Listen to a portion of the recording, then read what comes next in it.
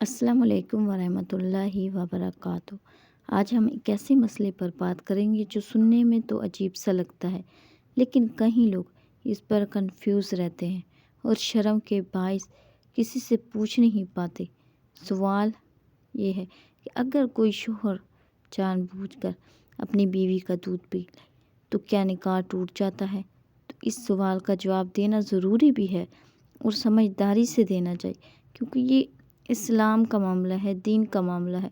سب سے پہلے قرآن مجید میں سورۃ بقرہ کی آیت 233 میں ارشاد ہے، مائیں اپنے بچوں کو 2 سال تک مکمل دودھ پلائیں، یعنی رضاعت کے احکام صرف بچوں کے لیے ہیں، وہ بھی 2 سال کی عمر تک۔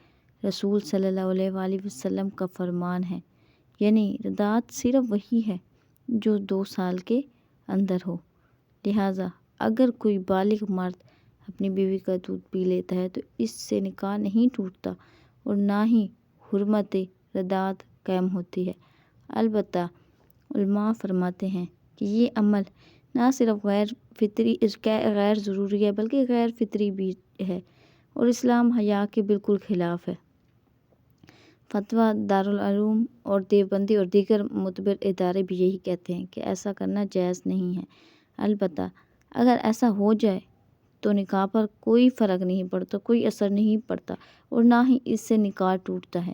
اسلام ہمیں شرم، حیا اور اعتدال سکھاتا ہے، اس لیے ایسی باتوں سے بچنا ہی عقل مندی اور دینداری ہے۔ اللہ تعالی ہمیں دین کا فہم، حیا اور تقویٰ عطا فرمائے۔